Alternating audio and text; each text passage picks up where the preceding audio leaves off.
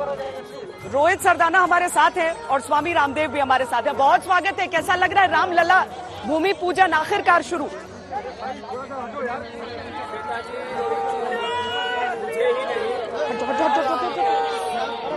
लोग हर्षित हैं, उल्लासित हैं।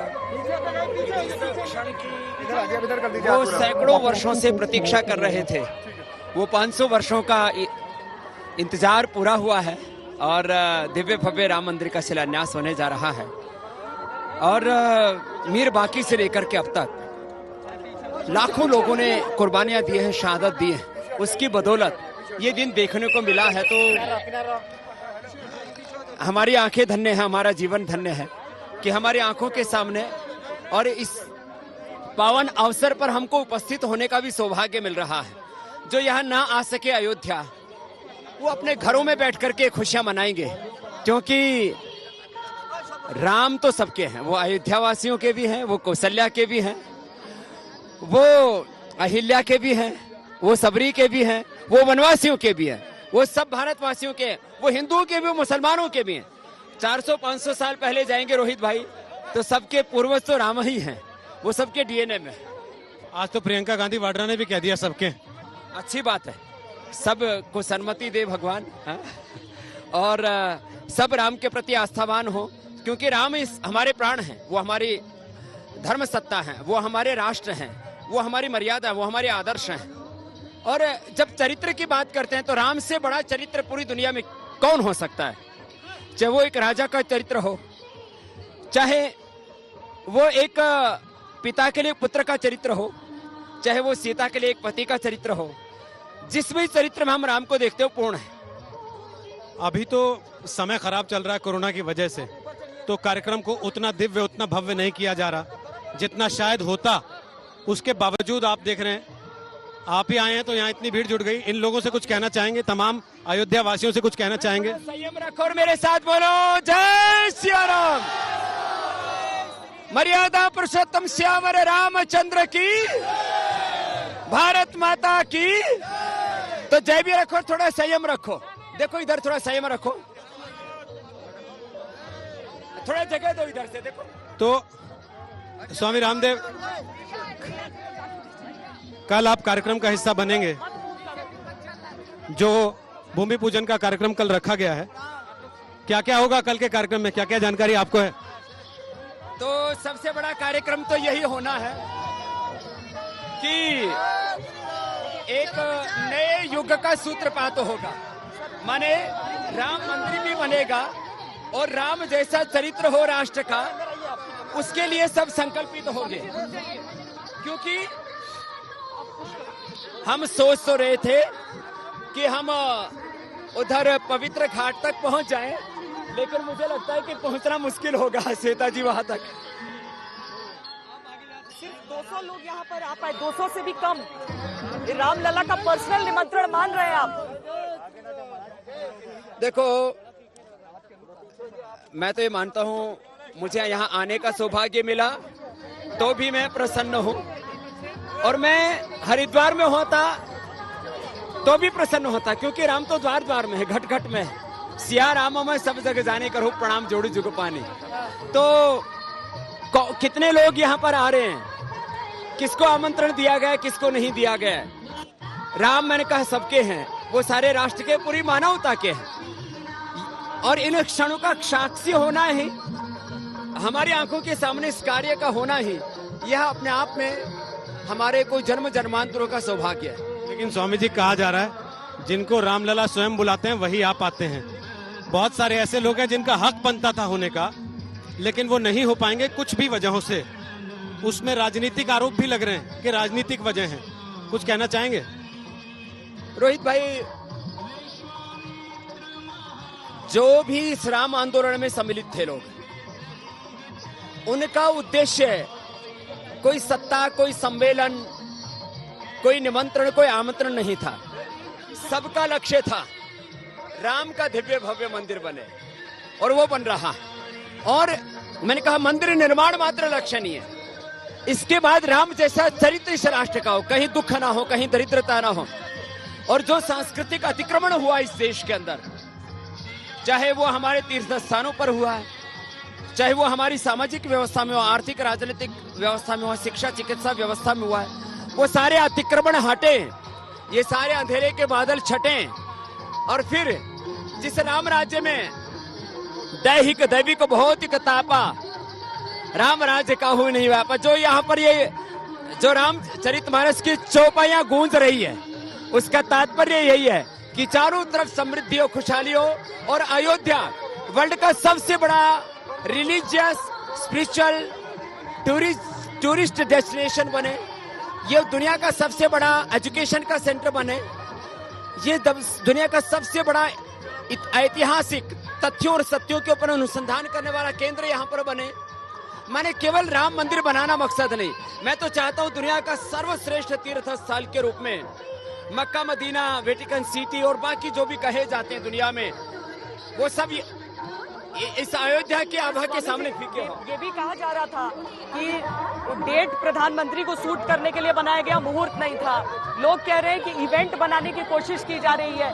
क्या श्री राम के नाम के साथ, जिनके लिए इतना सदियों का इंतजार था कि यहाँ पर उनकी जन्मभूमि पर रामलला अपने घर में विराजेंगे, आपको ये लग रहा है ऐसी चीजें कि इवेंट मैनेजमेंट हो रहा है?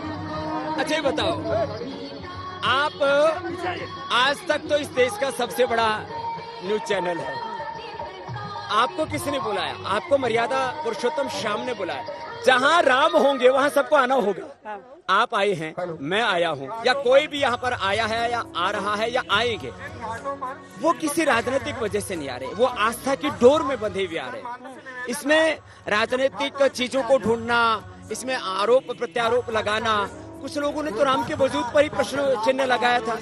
अरे 9 लाख वर्षों से जिस देश के नाम, जिस देश के गोत्र, जिसके कुलवंश, जिसकी परंपराएं, जिसका सर्वस्व वो राम पर आधारित है, वो उसको कोई राजनीतिक सीमाओं में नहीं बांध सकता। इन्विटेशन नहीं आया उन सबको। नहीं, बहुत सी राजनीतिक पार्टियां तो ये चाहती ही नहीं थी कि राम मंदिर बने, अब आमंत्रण किस बात का? और कोई, मैंने सुना है कि किसी राजनीतिक पार्टी को श्वेता जी, रोहित जी इसमें बुलाया नहीं गया। आप किसको बुलवाना चाहते थे? देखो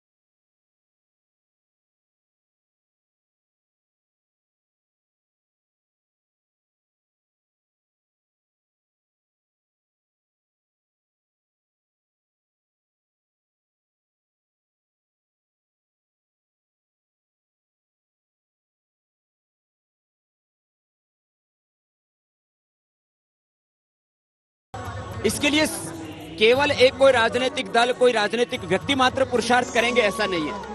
यार मैं भी तो एक अनपढ़ माँ बाप के घर से सरकारी स्कूल में और गुरुकुल में जैसे भगवान श्री राम गुरु वशिष्ठ और विश्वामित्र के पास पढ़ करके और निकले थे महलों से और जंगलों की ओर, मैं भी निकला और मैंने इस देश के लिए कुछ कंट्रीब्यूट किया है। मैं चाहता हूँ ऐसे ही लोग इस 125 करोड़ के भारत में, 135 करोड़ के भारत में 1000-2000 लोग भी निकल जाएंगे तो वो राम राज्य भी आ जाएगा जिसकी हम कल्पना करें। विवेकानंद जी तो 50 मांगे थे, आपने 2000 मांग लिए हैं। कुछ जिम्मेदारी राजा की भी तो होती होगी कि राजा को जिम्मेदारी मुक्त कर देंगे कह के कि प्रजा में से अच्छे लोग चाहिए मुझे। देखो मैं अपनी जिम्मेदारी पूरी निभाऊंगा रोहित भाई, अब तक निभाई है और आगे भी निभाऊंगा। और जीवन के जो शेष 50 वर्ष हैं वो राम राज्य माने जिसमें सब प्रकार की भौतिक, आध्यात्मिक, आर्थिक, सामाजिक सब प्रकार की समृद्धि हो, इसके लिए काम करूंगा। और मेरा कोई सांप्रदायिक एजेंडा नहीं है, मेरा तो एक एजेंडा है, आध्यात्मिक भारत, आध्यात्मिक राष्ट्र, आध्यात्मिक विश्व। और उसके लिए मैं अपने जीवन के शेष 50 वर्ष अर्पित करूंगा। ऐसे सभी लोग कल संकल्प करेंगे तो निश्चित रूप से ये कितना ही बड़ा लक्ष्य हो हम उसको हासिल कर लेंगे।